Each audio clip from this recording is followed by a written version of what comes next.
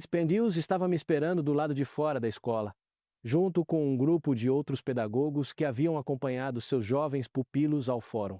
Quando saí de trás da cortina de linho, ele se endireitou e abriu caminho entre a multidão em minha direção. Sua lanterna não era mais necessária, o sol de inverno, embora pálido, fornecia luz mais do que suficiente, mas ele ainda a carregava, junto com uma pequena bolsa contendo pão e queijo, por caso de eu ficar com fome depois das aulas. Como foi a aula, jovem mestre? Perguntou ele quando cheguei até ele. Era sua pergunta habitual, feita todos os dias, sem falta. Normalmente eu dava uma resposta breve e evasiva. Ótima, Spendius. Ou, estudamos conjugações gregas, ou, o magíster estava de mau humor. Hoje não respondi imediatamente. Ainda estava processando o que havia acontecido, ainda tentando organizar meus pensamentos sobre a aula, a fábula, o conceito da linguagem esópica. Spendius, percebendo meu silêncio incomum, simplesmente se colocou ao meu lado enquanto começávamos a caminhada para casa. Ele sabia quando pressionar por informações e quando me dar espaço para pensar. Navegamos pelo fórum lotado, que havia atingido seu pico de atividade ao meio-dia. O barulho era ensurdecedor, centenas de vozes conversando, discutindo, rindo, conduzindo negócios. Os vendedores ambulantes anunciavam seus produtos: pão fresco, castanhas assadas, molho de peixe, roupas de lã, cerâmica, joias, ervas. Processos judiciais estavam em andamento em uma extremidade do fórum, onde advogados em togas esvoaçantes gesticulavam dramaticamente enquanto a multidão se reunia para assistir. Na outra extremidade, um político fazia um discurso na tribuna, embora eu não conseguisse distinguir suas palavras em meio ao barulho geral. Esta era Roma em seu momento mais vibrante e caótico. Este era o coração da República, onde todos os diferentes fios da vida romana se uniam: comércio e política, religião e entretenimento, riqueza e pobreza, liberdade e escravidão, patrícios e plebeus. Era magnífico e sórdido, inspirador e deprimente, tudo ao mesmo tempo. Enquanto caminhávamos, percebi que estava observando tudo com novos olhos. Aquele comerciante discutindo com um cliente sobre o preço do peixe, e ele era como lobo, usando seu poder como vendedor para cobrar preços injustos? Ou era como cordeiro, tentando ganhar a vida honestamente enquanto forças maiores o oprimiam? Aquele senador rico, sendo carregado pela multidão em sua liteira, seus escravos lutando para abrir caminho para ele certamente era como um lobo em sua demonstração casual de poder e privilégio, mas aqueles escravos que o carregavam, eles eram certamente cordeiros, não eram? Impotentes, explorados, incapazes de se defender contra a injustiça. O mundo parecia repentinamente cheio de lobos e cordeiros. Para onde quer que eu olhasse, via poder sendo exercido, desculpas sendo dadas, injustiças sendo cometidas ou suportadas. E me perguntei, todos eram lobos ou cordeiros? Não havia meio termo? Nenhuma maneira de não ser predador nem presa? Spendius, eu finalmente disse quando saímos do fórum e começamos a subir de volta em direção ao Palatino. Você conhece a fábula de Esopo sobre o lobo e o cordeiro? Claro, jovem mestre. É uma de suas histórias mais famosas. Por que você pergunta? Nós a estudamos hoje. O magíster a usou para explicar algo sobre poder e justiça, sobre como os poderosos inventam desculpas para fazer o que querem, mesmo quando é errado. Spendius assentiu lentamente. Ah, seu professor é um homem sábio, então. É exatamente isso que Esopo ensina nessa fábula. O lobo não precisa de um motivo legítimo para comer o cordeiro. Seu poder é motivo suficiente. Mas ele finge ter queixas legítimas porque até mesmo os tiranos gostam de se considerar justos. Mas isso está errado, protestei. É uma maneira terrível de o mundo funcionar. As leis devem importar. A justiça deve importar. Não apenas o poder. Devem, concordou Spendius. Essa é uma palavra importante, jovem mestre. O mundo deve funcionar de acordo com a justiça. Mas muitas vezes funciona de acordo com o poder. A questão é, o que você faz com esse conhecimento? Caminhamos em silêncio por um tempo. As ruas eram mais tranquilas aqui, longe do fórum. Passamos por um grupo de mulheres voltando do mercado, com suas cestas cheias de legumes e pão. Passamos por um escravo conduzindo um burro carregado de ânforas, provavelmente vinho ou azeite sendo entregues a uma das mansões. Passamos por um sacerdote correndo em direção a um templo, suas vestes brancas brilhando à luz do sol. A vida cotidiana, continuando como sempre. Mas eu sentia como se estivesse vendo tudo de forma diferente agora, como se a lição do magíster tivesse me dado uma nova lente através da qual ver o mundo. O magíster disse algo sobre Linguagem esópica, eu disse a Spêndios. Ele disse que é uma forma de falar sobre injustiça quando você não pode falar diretamente. Usar fábulas e metáforas em vez de acusações diretas. Isso é algo que vocês, gregos, fazem? Spêndios sorriu levemente. É algo que todas as pessoas impotentes fazem, jovem mestre. Não apenas os gregos. Quando você não pode falar a verdade abertamente, sem correr o risco de ser punido, você aprende a falar a verdade indiretamente. Você conta histórias, faz comparações, fala em alegorias. Seus ouvintes entendem o que você realmente quer dizer. Mas seus inimigos não podem acusá-lo de sedição, porque você está apenas contando uma história inocente sobre animais. Foi assim que você sobreviveu à escravidão? Perguntei, e imediatamente desejei poder retirar as palavras. Era uma pergunta muito pessoal, muito direta, mas Spêndios não pareceu ofendido. Em parte, ele admitiu. Quando fui capturado e vendido pela primeira vez, eu era jovem, raivoso e tolo. Eu dizia o que pensava diretamente e era punido por isso. Eventualmente aprendi a ser indireto, a sugerir em vez de afirmar, a deixar as pessoas tirarem suas próprias conclusões. É uma habilidade de sobrevivência, jovem mestre. Uma habilidade que espero que você nunca precise usar, mas que é útil entender mesmo assim. Chegamos à área residencial do Palatino, onde as ruas se alargavam e os edifícios se tornavam mais imponentes. Ali ficavam as casas da elite de Roma, famílias que detinham poder há gerações. A mansão da minha família ficava ali, embora não fosse a maior nem a mais ostentosa. Minha mãe preferia uma certa modéstia na ostentação, uma simplicidade republicana que remetia a tempos anteriores, supostamente mais virtuosos. Spêndios, posso lhe perguntar uma coisa? Disse eu, diminuindo o passo ao nos aproximarmos de nossa casa. Eu ainda não estava pronto para chegar, não estava pronto para encerrar essa conversa. Claro, jovem mestre. Você acha que Roma é justa? Você acha que nossa república é justa? Meu pedagogo ficou em silêncio por um longo tempo, tempo suficiente para eu pensar que ele talvez não fosse responder. Finalmente, ele falou, escolhendo suas palavras com cuidado óbvio. Roma é uma grande potência, jovem mestre. Ela conquistou coisas que nenhuma outra cidade-estado conquistou. Conquistou metade do mundo conhecido, trouxe lei e ordem a inúmeros povos. Criou monumentos que durarão séculos. Essas são conquistas notáveis. Não foi isso que eu perguntei, não, ele concordou. Você perguntou se Roma é justa. Essa é uma pergunta diferente. Justiça é complicada. Roma tem leis, e muitas delas são admiráveis. Roma tem tradições de virtude cívica e serviço público. Roma oferece caminhos para o avanço, que são raros em outras sociedades. Um plebeu pode se tornar cônsul, um soldado corajoso pode conquistar glória independentemente de sua origem. Essas coisas são importantes. Ele fez uma pausa e eu senti que o mas estava por vir. Mas Spêndios continuou. Roma também escraviza milhões de pessoas. Roma permite que os ricos acumulem vastas propriedades enquanto os cidadãos ficam sem terras. Roma promove guerras de conquista que enriquecem poucos e empobrecem muitos. Roma fala de justiça enquanto tolera profunda injustiça. Então, Roma é justa? Ele deu de ombros. É mais justa do que algumas sociedades, menos justa do que outras. E dentro da própria Roma, a justiça depende muito de quem você é, de quanto poder você tem e se a lei beneficia ou prejudica aqueles que estão no poder. Eu absorvi isso, reconhecendo que Spêndios acabara de me dar uma resposta usando a linguagem de Esopo. Ele dissera que Roma não era totalmente boa, nem totalmente má, nem perfeitamente justa, nem completamente injusta. Ele evitou críticas diretas que poderiam colocá-lo, a mim, em apuros, ao mesmo tempo em que transmitia a complexidade e os problemas. Ele foi honesto sem ser imprudente. Obrigado, eu disse baixinho, por responder honestamente. É meu dever educá-lo, jovem mestre. Sua mãe me contratou para esse fim, e educação significa mais do que gramática e poesia. Significa ajudá-lo a entender o mundo como ele realmente é, não como gostaríamos que fosse. Chegamos à entrada da mansão da nossa família. A pesada porta de madeira estava fechada, mas um porteiro escravo estava sentado em um banquinho ao lado dela, pronto para nos receber. Ele se levantou e fez uma reverência quando nos aproximamos, depois empurrou a porta para abri-la. Mais uma coisa, Spêndios, eu disse, parando antes de entrar.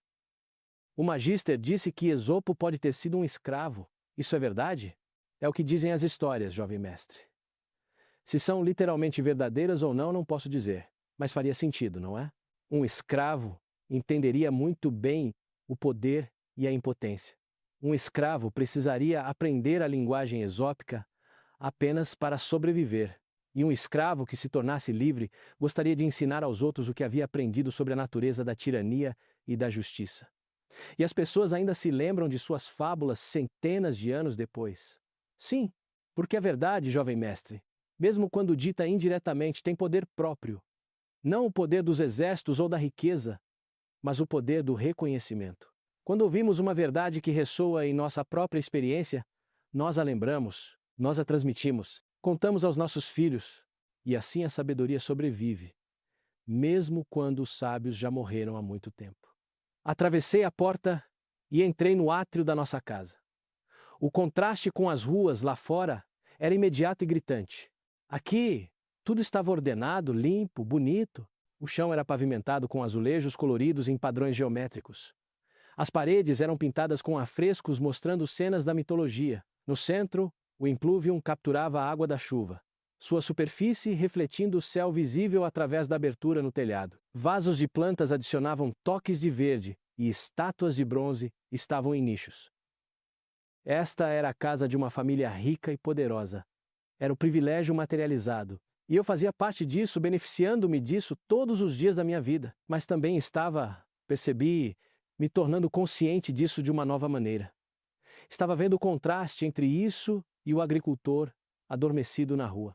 Estava compreendendo que meu conforto vinha, pelo menos em parte, de um sistema que criava tais disparidades. Eu estava começando a compreender que nascer em uma família privilegiada trazia não apenas vantagens, mas também responsabilidades, ou pelo menos deveria trazer responsabilidades. Sua mãe pediu que você fosse ao escritório dela quando voltasse da escola. Spendius me informou. Ela tem algo que deseja discutir com você. Eu assenti e entreguei a ele minha caixa de materiais de escrita. Obrigado, Spendius, por tudo. Ele fez uma leve reverência, um gesto de respeito que parecia vazio dada a nossa conversa. Ele era um escravo, eu era seu mestre, e nenhuma discussão filosófica poderia mudar esse fato fundamental.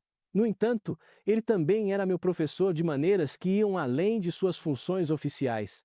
A contradição era desconfortável, mas eu estava começando a entender que Roma estava cheia de contradições como essa. Atravessei o átrio em direção ao escritório da minha mãe, uma pequena sala onde ela conduzia os assuntos domésticos e dedicava-se aos seus consideráveis interesses acadêmicos. Enquanto caminhava, pensei no que lhe diria sobre a lição de hoje. Ela iria querer saber, iria querer ouvir o que eu tinha aprendido. E ao contrário da maioria das mães em Roma, que se preocupavam principalmente com assuntos domésticos e deixavam a educação aos homens, a minha mãe tinha um interesse ativo intenso no desenvolvimento intelectual dos seus filhos. Ela havia se educado sozinha, estudando literatura e filosofia gregas, correspondendo-se com estudiosos, lendo tudo o que encontrava. Ela era, diziam as pessoas, a mulher mais erudita de Roma, e estava determinada a que seus filhos fossem igualmente bem educados. Os professores de grego que ela estava tentando contratar eram apenas o passo mais recente nesse projeto de toda a vida. Bati na porta de seu escritório e ouvi sua voz dizer: "Entre." Empurrei a porta e entrei na sala. Era menor do que a maioria dos cômodos da casa, mas repleta de pergaminhos e tábuas. Minha mãe estava sentada à mesa, com uma tábua de cera à sua frente e um estilete na mão. Ela estava escrevendo algo, mas largou o estilete quando entrei e voltou toda a sua atenção para mim. Cornélia, filha de Cipião Africano, viúva de Tibério Semprônio Graco, mãe dos que ela esperava que fossem os futuros líderes de Roma. Ela tinha talvez 40 anos, embora a idade não tivesse diminuído sua beleza ou sua intensidade. Seus olhos escuros eram perspicazes e penetrantes, parecendo ver através de qualquer evasiva ou meia-verdade. Seu rosto era forte, em vez de delicado, transmitindo inteligência e determinação. Ela usava uma estola simples, de lã fina, com poucas joias. Como tudo nela, sua aparência sugeria dignidade e substância, em vez de ostentação frívola. "Tibérios", disse ela apontando para um banco perto de sua mesa, "sente-se. Conte-me sobre o seu dia na escola." Sentei-me e respirei fundo, organizando meus pensamentos. Então comecei a contar a ela sobre a linguagem esópica, sobre o lobo e o cordeiro, sobre poder e justiça, sobre as perguntas que eu havia feito e as respostas que havia recebido. Ela ouviu sem interromper, sem tirar os olhos do meu rosto, absorvendo cada palavra. E enquanto eu falava, vi algo em sua expressão, satisfação, talvez, ou reconhecimento, como se fosse exatamente isso que ela esperava que eu aprendesse, exatamente o tipo de educação que ela queria que eu recebesse. Quando terminei, ela ficou em silêncio por um momento, refletindo. Então ela falou: "E suas palavras ficariam comigo pelo resto da minha vida." "Você aprendeu algo importante hoje", disse minha mãe, com voz ponderada e pensativa. "Seu professor mostrou como enxergar além da superfície das coisas. Como reconhecer quando as pessoas estão falando a verdade e quando estão apenas justificando suas ações com desculpas convenientes. Esse é um conhecimento essencial para qualquer pessoa que deseja liderar." Ela se levantou e caminhou até uma das prateleiras que revestiam as paredes de seu escritório. Seus dedos percorreram uma fileira de pergaminhos até encontrar o que procurava. Ela o retirou e voltou para sua mesa, desenrolando-o parcialmente. "Esta é uma carta de Políbio", disse ela. "O historiador grego. Ele era amigo do seu avô Cipião Africano, e mais tarde tornou-se parte da família de Cipião Emiliano, seu tio por casamento. Você sabe que ele escreve sobre poder e justiça em Roma?" Eu balancei a cabeça. Eu tinha ouvido falar de Políbio. É claro, ele era famoso por suas histórias das guerras de Roma, mas ainda não tinha lido suas obras. "Ele escreve", continuou minha mãe, encontrando a passagem que queria. "A grandeza de Roma não vem apenas de sua força militar, mas de sua capacidade de equilibrar poder com responsabilidade, ambição com virtude, expansão com justiça. Mas esse equilíbrio é frágil. Quando o poder se separa da responsabilidade, quando a ambição se sobrepõe à virtude, quando a expansão prossegue sem levar em conta a justiça, então as sementes do declínio são plantadas." Ela olhou para mim. "Seu professor mostrou a você uma fábula sobre um lobo e um cordeiro. Ele mostrou como os poderosos inventam desculpas para fazer o que querem. Mas ele também, eu suspeito, estava fazendo uma pergunta implícita. Que tipo de romano você será? Você será um lobo ou um cordeiro? Ou, e é isso que eu espero, você será algo completamente diferente?" "O que mais poderia ser?" perguntei, genuinamente confuso. "A fábula tem apenas 2 personagens." "Exatamente. Essa é a limitação da fábula. Ela nos mostra o problema, mas não a solução. Ela descreve a tirania e o vitimismo, mas não a possibilidade de algo melhor. Ela se inclinou para a frente, sua intensidade quase avassaladora. Mas você, Tibérios, está sendo criado para não ser nem lobo nem cordeiro. Você está sendo criado para ser um pastor." Eu devo ter parecido confuso porque ela sorriu levemente e explicou melhor. "Um pastor protege os cordeiros dos lobos. Ele usa o poder, sim. Ele tem um cajado, tem cães, tem autoridade sobre o seu rebanho, mas usa esse poder para proteger, não para explorar. Ele é forte.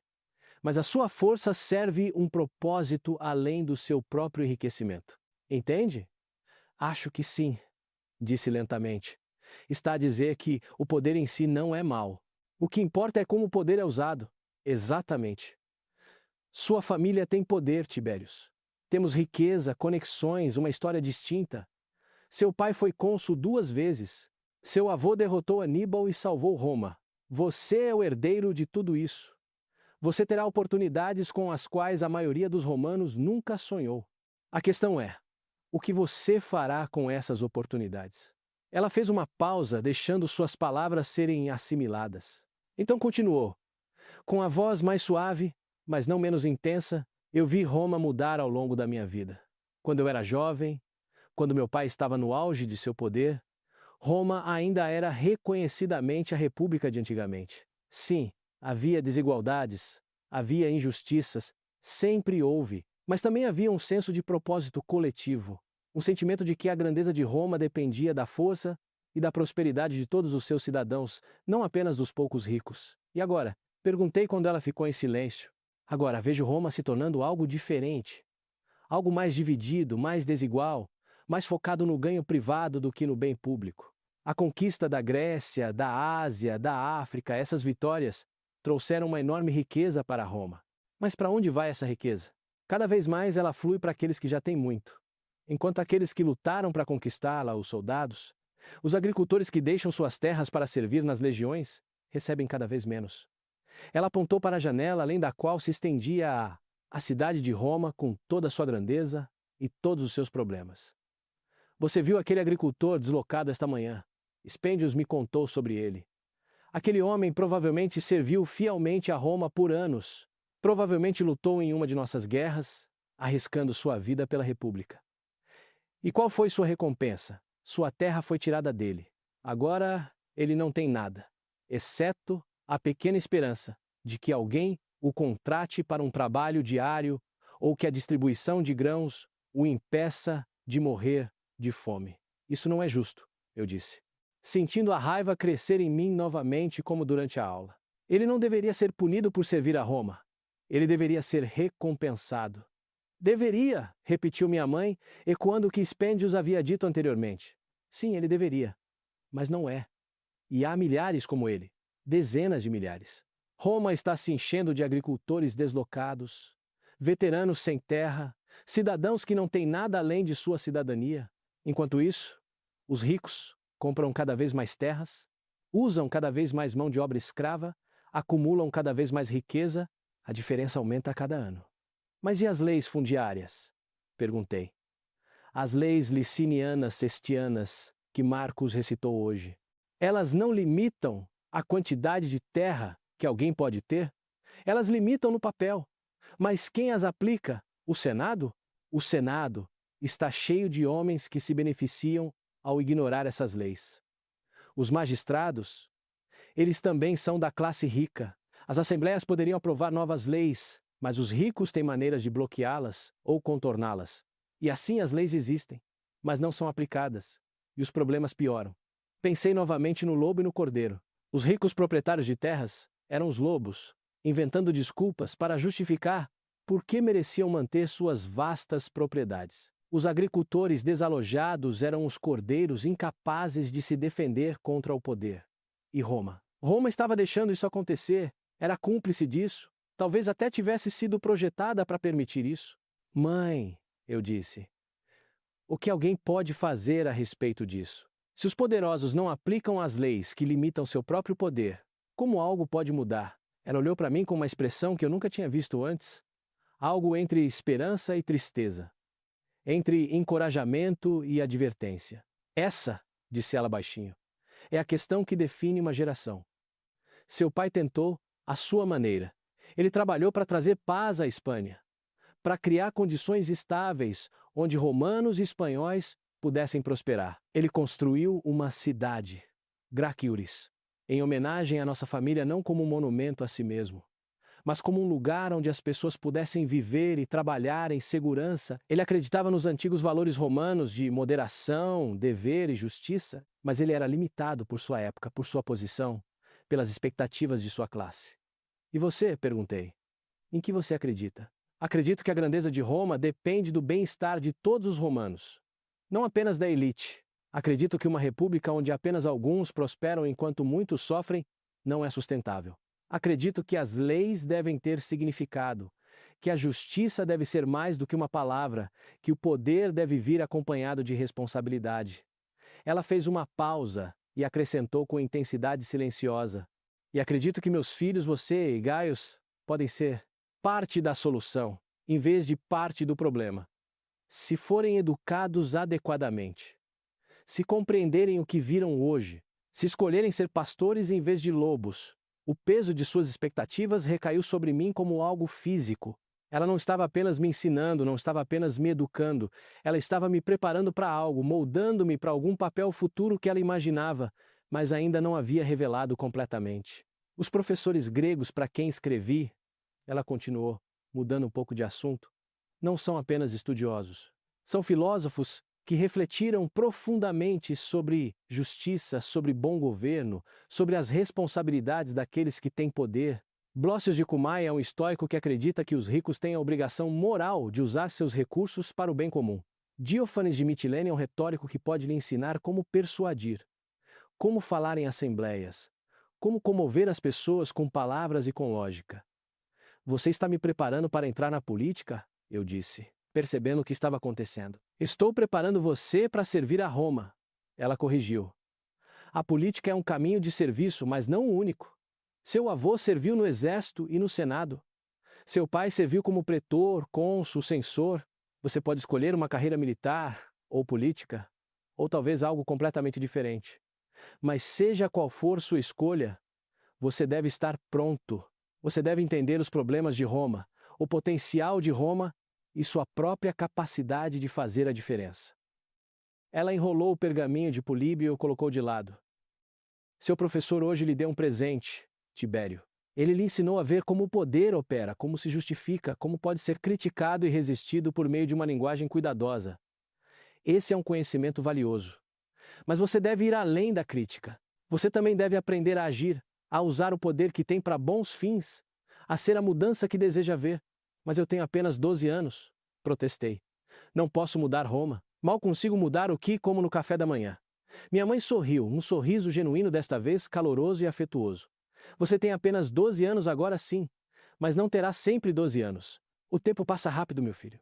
Antes que você perceba, você terá idade suficiente para receber a toga virilis, entrar na vida pública, concorrer a um cargo.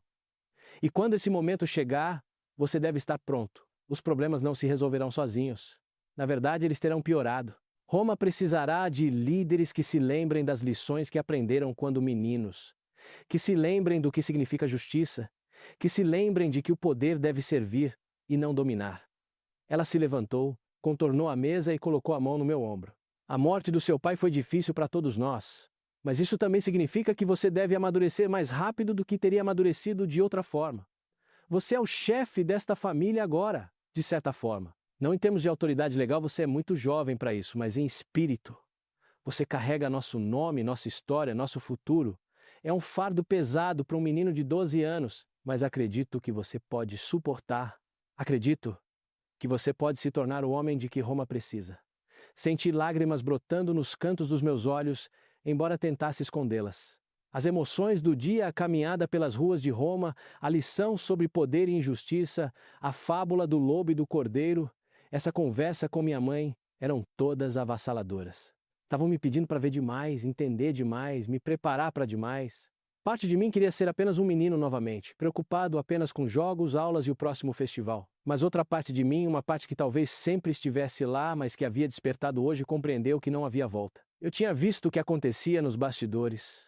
Tinha compreendido algo fundamental sobre como Roma funcionava e como não funcionava. Eu não podia deixar de ver, não podia deixar de saber, e com esse conhecimento veio a responsabilidade.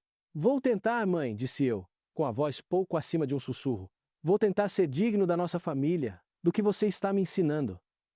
Sei que você vai, disse ela, apertando meu ombro gentilmente. Agora vá, descanse. Amanhã é Saturnália, e você deve aproveitar. Haverá tempo suficiente para assuntos sérios depois do festival. Mas lembre-se do que aprendeu hoje. Guarde isso em seu coração. Deixe que isso molde a maneira como você vê o mundo e como imagina seu lugar nele. Levantei-me e curvei-me diante dela, como era apropriado para um filho fazer com sua mãe, mesmo uma mãe tão informal e filosófica como Cornélia. Então saí de seu escritório e fui para o meu quarto, minha mente ainda girando com tudo o que eu tinha ouvido, aprendido e sentido. Meu quarto era modesto em comparação com alguns dos outros quartos da casa, mas era confortável. Havia uma cama com cobertores de lã, uma pequena mesa onde eu fazia meu dever de casa, alguns bancos e prateleiras para meus materiais de escrita, e os pergaminhos que eu estava estudando. As paredes eram pintadas de uma cor creme simples, sem os afrescos elaborados que decoravam as salas públicas. Este era meu espaço privado, meu refúgio. Deitei na cama e fiquei olhando para o teto, tentando processar tudo. O dia havia começado normalmente uma caminhada até a escola, uma aula, uma caminhada de volta para casa. Mas em algum momento dessa sequência comum, algo extraordinário aconteceu. Recebi uma nova maneira de ver, uma nova maneira de entender. E com essa nova compreensão vieram novas obrigações, novas possibilidades, novos medos. Que tipo de romano eu me tornaria? Seria um lobo, usando o poder em meu próprio benefício? Seria um cordeiro, impotente diante da injustiça? Ou poderia ser o que minha mãe sugeriu, um pastor, usando todo o poder que tivesse para proteger, em vez de explorar? Eu não sabia. Eu tinha 12 anos, e o futuro parecia infinitamente distante e assustadoramente próximo. Mas eu sabia uma coisa: não podia simplesmente aceitar o mundo como ele era. Não mais. Não depois de hoje. A lição da linguagem esópica não era apenas sobre como falar indiretamente sobre a injustiça. Era também sobre reconhecer a injustiça em primeiro lugar. Sobre compreender a diferença entre como as coisas eram e como deveriam ser. Uma vez que você percebia essa diferença, uma vez que você realmente a compreendia, não podia simplesmente ignorar, lá, você tinha que decidir o que fazer a respeito. E essa decisão, essa escolha sobre que tipo de pessoa se tornar, que tipo de romano ser, definiria o resto da minha vida. Do lado de fora da minha janela, eu podia ouvir os sons de Roma continuando sua vida cotidiana. Vozes chamando, carroças barulhentas, cães latindo, crianças brincando. A grande cidade continuava, indiferente aos pensamentos de um menino de 12 anos deitado em sua cama e contemplando o futuro. Mas algum dia, pensei, algum dia aquele menino seria um homem, algum dia ele teria seu próprio poder. E quando esse dia chegasse, ele se lembraria dessa lição, dessa conversa, desse momento de despertar. Algum dia, ele teria que escolher. Se você gostou de aprender sobre esse pedaço da história, deixe seu like no vídeo, se inscreva no canal para mais histórias fascinantes e me conte nos comentários qual período histórico você gostaria de explorar. A Saturnália chegou e passou num turbilhão de festas e celebrações. Por um dia, como ditava a tradição, a ordem normal da sociedade foi invertida. Os escravos usavam o pileus, o chapéu da liberdade, e jantavam nas mesmas mesas que seus senhores. O jogo, normalmente restrito, era permitido. Trocavam-se presentes, principalmente velas de cera simples e estatuetas de barro. Os ricos serviam seus escravos, pelo menos simbolicamente. Era caos, alegria e libertação. Uma breve pausa nas rígidas hierarquias que governavam o resto do ano romano. Eu participei das festividades, jogando dados com gaios e até servindo o jantar a expêndios, como exigia o costume. Ele parecia desconfortável com a inversão de papéis, como sempre ficava durante a Saturnália, mas entrou no jogo. Por um dia, senhor e escravo podiam quase fingir ser iguais. Quase, mas mesmo enquanto eu ria, brincava e comemorava, parte da minha mente permanecia com a lição que eu havia aprendido dias antes. A fábula do lobo e do cordeiro continuava voltando à minha mente, junto com as palavras do magíster sobre a linguagem esópica e a recomendação da minha mãe para que eu fosse um pastor em vez de um lobo. Esses pensamentos me assombravam como sombras, nunca saindo completamente da minha consciência, mesmo quando eu tentava me concentrar no momento presente. Depois que a Saturnália terminou, a vida voltou ao normal. Os professores gregos que minha mãe havia contratado finalmente chegaram de Atenas Blócius. Um filósofo estoico com olhos penetrantes e o hábito de fazer perguntas incômodas, e Diofanes, um mestre da retórica, que conseguia dar vida até mesmo ao assunto mais árido com sua eloquência. Eles assumiram grande parte da minha educação na escola do Fórum, embora eu continuasse a frequentá-la ocasionalmente para manter conexões sociais com meninos da minha idade. Os anos se passaram com aquela estranha combinação de lentidão e velocidade que caracteriza a infância. Os dias pareciam longos, mas os anos voavam. Eu cresci, minha voz ficou mais grave, minha compreensão do mundo se expandiu. Estudei filosofia grega e direito romano, retórica e matemática, história e poesia. Aprendi a montar a cavalo e lançar dardos, a lutar e nadar, a me comportar como um aristocrata romano. Mas, mais do que qualquer habilidade ou conhecimento específico, o que ficou comigo foi a lição sobre ver verdadeiramente o mundo ao meu redor. Sobre reconhecer a diferença entre o que Roma afirmava ser e o que realmente era. Sobre compreender como o poder funcionava, como se justificava, como podia ser criticado e potencialmente resistido ou reformado. Quando eu tinha 17 anos, servi na minha primeira campanha militar na África, lutando na Terceira Guerra Púnica, sob o comando do meu cunhado Cipião Emiliano. Vi em primeira mão os horrores da guerra e a glória da vitória. Assisti enquanto Cartago, a antiga rival de Roma, era finalmente destruída, suas muralhas derrubadas, seus habitantes vendidos como escravos, suas terras semeadas com sal para que nada mais crescesse ali. Foi um momento de triunfo romano supremo, celebrado em toda a República. Mas não pude deixar de me perguntar: éramos o lobo ou o cordeiro nessa história? Já havíamos sido o cordeiro, quando Aníbal ameaçou a própria Roma.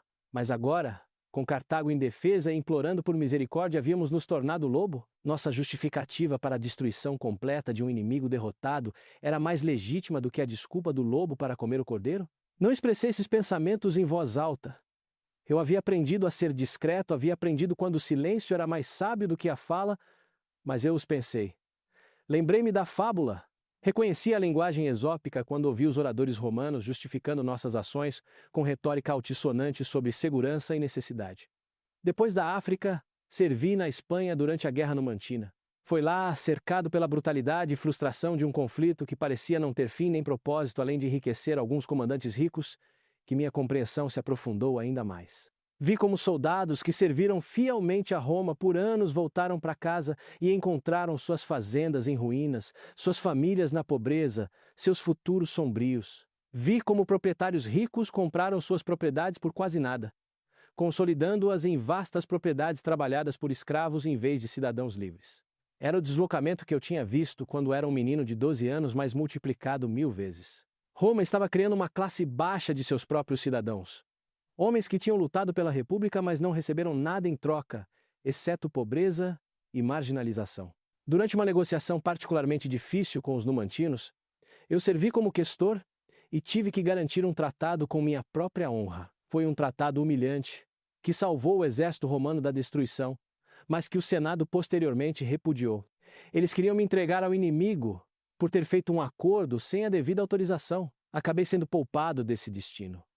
Mas a experiência me ensinou algo crucial sobre a política romana. A honra importava menos do que o poder. Os tratados importavam menos do que o prestígio. E mesmo as ações mais legítimas podiam ser condenadas se ameaçassem os interesses dos poderosos. Eu tinha visto o lobo e o cordeiro novamente, mas desta vez estava preso entre eles. Eu tinha tentado fazer o que era certo, o que salvaria vidas romanas, o que acabaria com um conflito sem sentido. Mas os homens poderosos de Roma se importavam mais em manter sua imagem de invencibilidade do que com as vidas dos soldados que eu tinha salvado. Foi durante esse período que comecei a pensar seriamente sobre o problema da terra, que me incomodava desde aquela lição na minha infância. As conquistas de Roma estavam criando enormes quantidades de terras públicas a ger públicos, terras que teoricamente pertenciam a todos os cidadãos romanos. Mas, na prática, essas terras estavam sendo monopolizadas por senadores e cavaleiros ricos que usavam mão de obra escrava para trabalhar em vastas propriedades. Os pequenos agricultores que antes formavam a espinha dorsal do exército de cidadãos-soldados de Roma estavam sendo expulsos das terras, forçados a se amontoar nas cidades de Roma, onde dependiam da distribuição de grãos e de trabalhos ocasionais para sobreviver, e aquelas leis licinianas cestianas que limitavam a propriedade de terras públicas a 500 jugera, ainda estavam em vigor. Ainda eram ignoradas por todos que tinham poder para ignorá-las. As desculpas dos lobos tornaram-se mais sofisticadas ao longo dos séculos, mas continuavam a ser apenas desculpas. Os ricos argumentavam que eram agricultores mais eficientes, que as suas grandes propriedades produziam mais alimentos, que o seu sucesso beneficiava Roma como um todo. Argumentavam que os pobres eram pobres por culpa própria, por preguiça ou incompetência. Argumentavam que qualquer redistribuição de terras seria roubo, minaria os direitos de propriedade e destruiria os incentivos que tornavam Roma grande. Mas eu me lembrava daquele agricultor adormecido da minha infância e sabia que esses argumentos eram mentiras. Mentiras convenientes, ditas em linguagem esópica por lobos, tentando justificar comer cordeiros. Quando eu tinha 30 anos, decidi concorrer ao cargo de tribuno da plebe. O tribunato era um cargo poderoso, com autoridade para propor leis, vetar ações do Senado e defender os cidadãos de abusos por parte dos magistrados. Era a plataforma perfeita para alguém que queria resolver a crise fundiária de Roma. Minha mãe apoiou minha decisão com entusiasmo. Ela estava velha agora, com os cabelos completamente grisalhos, o rosto marcado pela idade e pela dor. A esposa de Gaius havia morrido jovem, e minha mãe sentia profundamente essa perda. Mas sua mente ainda era perspicaz, seu compromisso com o bem-estar de Roma inabalável. Ela me ajudou a planejar minha campanha, me aconselhou sobre estratégia, me conectou com apoiadores que compartilhavam nossa visão de reforma. Lembre-se da lição da linguagem esópica. Ela me disse durante uma de nossas sessões de estratégia. Você não pode simplesmente acusar os ricos de infringir a lei, de roubar dos pobres. Eles são poderosos demais. E acusações tão diretas só farão com que eles se unam contra você. Você deve falar indiretamente, deve formular suas propostas em uma linguagem que eles não possam facilmente contestar. Apele para a tradição, para as leis antigas, para a virtude romana. Faça com que seja uma restauração do que já existia, não a criação de algo novo. Faça com que eles sejam os radicais por violarem as leis antigas, e você o conservador por querer aplicá-las. Foi um conselho brilhante, e eu o segui. Quando anunciei minha candidatura a tribuno, não falei de revolução ou mudança radical. Em vez disso, falei sobre restaurar os valores da Roma antiga, sobre fazer cumprir as leis licinianas cestianas que nossos ancestrais sabiamente promulgaram, sobre garantir que os soldados de Roma tivessem algo pelo qual lutar além do enriquecimento de poucos. Usei uma linguagem exópica, falando sobre princípios gerais, enquanto todos entendiam que eu estava falando sobre pessoas específicas e injustiças específicas. Fui eleito tribuno em 133 A.C. Foi um momento de triunfo, mas também de apreensão. Agora eu tinha o poder de propor leis, mas também sabia que os homens poderosos que eu desafiaria não cederiam facilmente. Eles se acostumaram com seus privilégios, construíram suas fortunas com base no próprio sistema que eu queria reformar. Eles resistiriam com tudo que tinham. Lembro-me de estar no fórum no dia em que assumi o cargo, olhando ao redor para os templos e monumentos, as multidões de cidadãos e os grupos de senadores em suas togas distintas com a faixa roxa. Este era o coração da República. O lugar onde o destino de Roma era debatido e decidido. E eu estava prestes a pedir que mudasse, que desistisse do que era confortável e lucrativo em nome da justiça e do bem comum. Pensei naquele menino de 12 anos que havia feito uma pergunta simples, em uma sala de aula perto do Templo de Saturno. Por que as leis fundiárias não eram cumpridas? Por que os ricos podiam infringir as regras? Por que os cordeiros eram devorados enquanto os lobos inventavam desculpas? E pensei no magíster que havia respondido com uma fábula, ensinando-me a ver o mundo com clareza, a reconhecer o poder e seus abusos, a compreender a linguagem que as pessoas usam para justificar a injustiça. Pensei na minha mãe, que me moldou daquele momento em diante, que me preparou para isso, que me ensinou a ser um pastor em vez de um lobo. E pensei em todos os agricultores deslocados, todos os veteranos em dificuldades, todos os romanos comuns que mereciam melhor do que aquilo que estavam a receber da sua república. Eles contavam comigo, quer soubessem disso ou não. Precisavam de alguém que os defendesse, que usasse o poder para proteger em vez de explorar, que fosse a mudança que todos diziam ser impossível. A lei fundiária que propus era simples: fazer cumprir os limites existentes à propriedade de terras públicas, recuperar o excesso daqueles que possuíam mais de 500 jugera e redistribuí-lo aos cidadãos sem terra em pequenas parcelas. Criar uma comissão para supervisionar o processo e garantir que fosse feito de forma justa. Dar aos cidadãos de Roma uma participação no sucesso de Roma. Não era uma proposta radical, na verdade. Era simplesmente fazer cumprir leis que estavam em vigor há mais de 200 anos. Mas para os ricos proprietários de terras que se sentiam confortáveis, violando essas leis, era revolucionário. Para os senadores que possuíam milhares de jugera, era roubo. Para os homens poderosos que construíram suas fortunas apropriando-se de terras públicas, era um ataque aos direitos de propriedade e à tradição romana. Eles lutaram contra mim com tudo o que tinham, subornaram outros tribunos para vetar minha proposta. Espalharam boatos sobre mim, alegando que eu queria ser rei, que estava traindo minha classe, que era um demagogo manipulando os pobres para minha própria ambição. Eles me ameaçaram, tanto implicitamente quanto explicitamente. Mas eu tinha algo que eles não esperavam: o apoio genuíno do povo. Quando apresentei minha lei à Assembleia Tribal, dezenas de milhares de romanos comuns apareceram para votar a favor.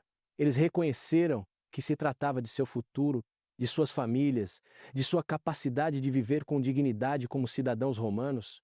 Eles perceberam, por trás da linguagem exópica dos ricos sobre direitos de propriedade e tradição, a realidade subjacente. Tratava-se de poder, de quem se beneficiaria das conquistas de Roma, de se a república serviria a todos os seus cidadãos ou apenas a alguns. A lei foi aprovada. Por um momento, parecia que a mudança era possível, que o pastor poderia proteger os cordeiros dos lobos, que a justiça poderia prevalecer sobre o poder. Mas os lobos não desistem facilmente. Eles reuniram suas forças, mobilizaram seus aliados, prepararam seu contra-ataque, e quando vieram atrás de mim, vieram com violência em vez de votos, com porretes em vez de argumentos. Eu morri no Capitólio, espancado até a morte por uma multidão de senadores e seus seguidores. Eu tinha 33 anos, meu corpo, junto com os corpos de 300 dos meus apoiadores, foi jogado no rio Tibre, sem funeral, sem luto, sem honras, apenas descarte, como se fôssemos criminosos em vez de cidadãos que ousaram desafiar o poder. Mas eis o que os lobos não entenderam, o que eles nunca entendem. As ideias não morrem quando as pessoas morrem. A lição da linguagem exópica continua viva. A fábula do lobo e do cordeiro continua a ser contada. A pergunta que fiz quando era um menino de 12 anos, por que as leis não são cumpridas, continua a perturbar a consciência das pessoas. Meu irmão Gaius assumiu a causa depois de mim, propondo reformas ainda mais ambiciosas antes de também ser morto. A comissão de terras que estabelecemos distribuiu terras a milhares de cidadãos antes de ser finalmente desmantelada. E embora nossas reformas imediatas tenham sido desfeitas, embora os lobos parecessem ter vencido, nós mudamos algo fundamental. Mostramos que o povo podia desafiar os poderosos, que cidadãos comuns podiam exigir justiça, que as leis podiam ter significado se um número suficiente de pessoas insistisse nisso. Dissemos a verdade ao poder, não apenas em fábulas e metáforas, mas em propostas legislativas e ações políticas concretas. Transformamos a linguagem exópica de uma ferramenta de sobrevivência em uma ferramenta de transformação. Roma acabaria por cair, consumida por guerras civis e lutas pelo poder que decorriam em parte das próprias desigualdades que tentávamos resolver. A república que amávamos daria lugar ao império. Os cidadãos soldados tornar-se-iam exércitos profissionais leais aos generais em vez de ao Estado. As antigas virtudes desapareceriam na memória. Tudo o que temíamos aconteceu. Mas, por um momento brilhante, aterrador e glorioso, tentamos. Vimos a injustiça e lutamos contra ela. Tínhamos poder e o usamos para ajudar os outros. Éramos pastores, não lobos. E pagamos o preço que os pastores às vezes pagam quando os lobos são muitos e fortes demais. E mesmo agora, mesmo após a morte, acredito que valeu a pena. Porque o menino que aprendeu a linguagem exópica em uma sala de aula perto do fórum não aprendeu apenas a falar indiretamente sobre a injustiça. Ele aprendeu que a injustiça deve ser discutida, deve ser enfrentada, deve ser desafiada. Ele aprendeu que o silêncio diante do errado é em si uma espécie de errado.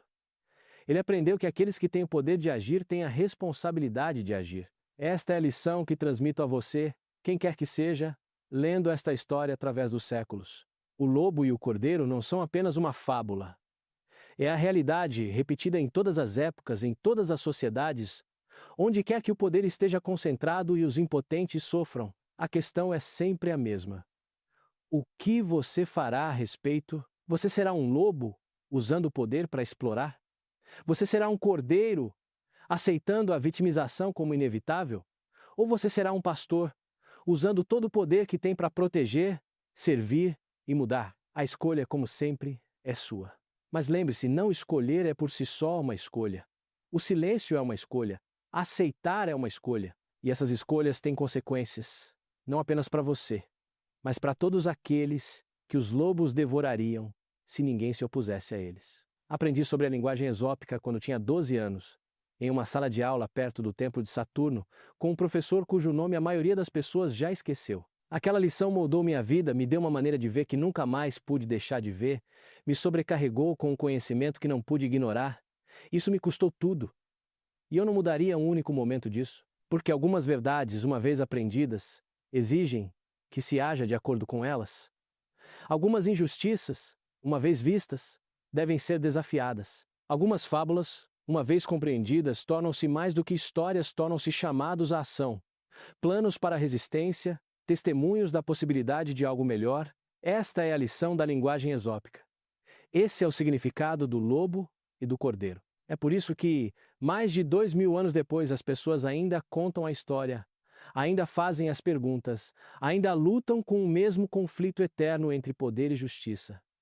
A fábula continua, a questão permanece. E em cada geração, algum jovem sentado em uma sala de aula, ou andando pelas ruas cheias de desabrigados e despossuídos, de repente verá claramente, de repente entenderá, de repente saberá que deve agir. Eu já fui esse jovem. Talvez você seja o próximo.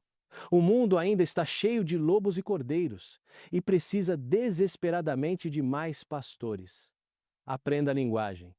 Veja a verdade, e quando chegar a sua hora, e ela chegará, seja corajoso o suficiente para usar todo o poder que você tem a serviço da justiça.